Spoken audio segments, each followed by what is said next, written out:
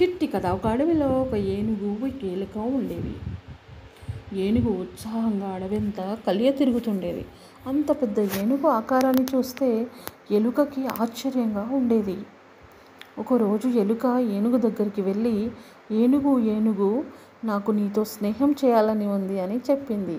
ఆ మాటతో ఏనుగుకు బోలెడంత కోపం వచ్చింది. చిచ్చి, నా కాలిలో ముళ్ళంత లేవు, నీకు నాతో స్నేహం కావాలా, పో అవతలికి అని కసిరి కొట్టింది. దాంతో ఎలుకకు రోషం వచ్చింది. నేను నీతో ఎందుకు స్నేహం చేయకూడదు? నువ్వు నల్లగానే ఉన్నావు, నేను నల్లగానే ఉన్నాను.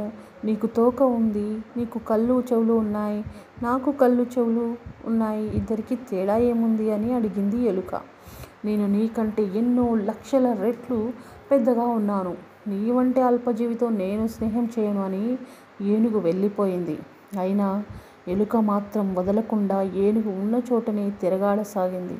ఒకరోజు అడవిలో ఏనుగులను పట్టుకునే వాళ్ళు వచ్చి పెద్ద వల వేసి ఏనుగుని పట్టుకున్నారు. రాత్రికి రహస్యంగా వచ్చి ఏనుగును తీసుకుపోదాం అనుకుని వాళ్ళు వెళ్ళిపోయారు. వలలో చిక్కిన ఏనుగు బోరున ఏడుస్తుండగా ఎలుక వచ్చి, అయ్యో ఏడవకు, నేను నా మిత్రులను తీసుకువచ్చి నీకు బంధ విముక్తి కలిగిస్తాను అని చెప్పి ఇంకా బోలెడు ఎలుకలను తీసుకొచ్చింది. అవన్నీ కలిసి వల మొత్తం కొరికి ఏనుగును విడిపించాయి. అన్నీ కలిసి వేరే చోటికి పారిపోయాయి.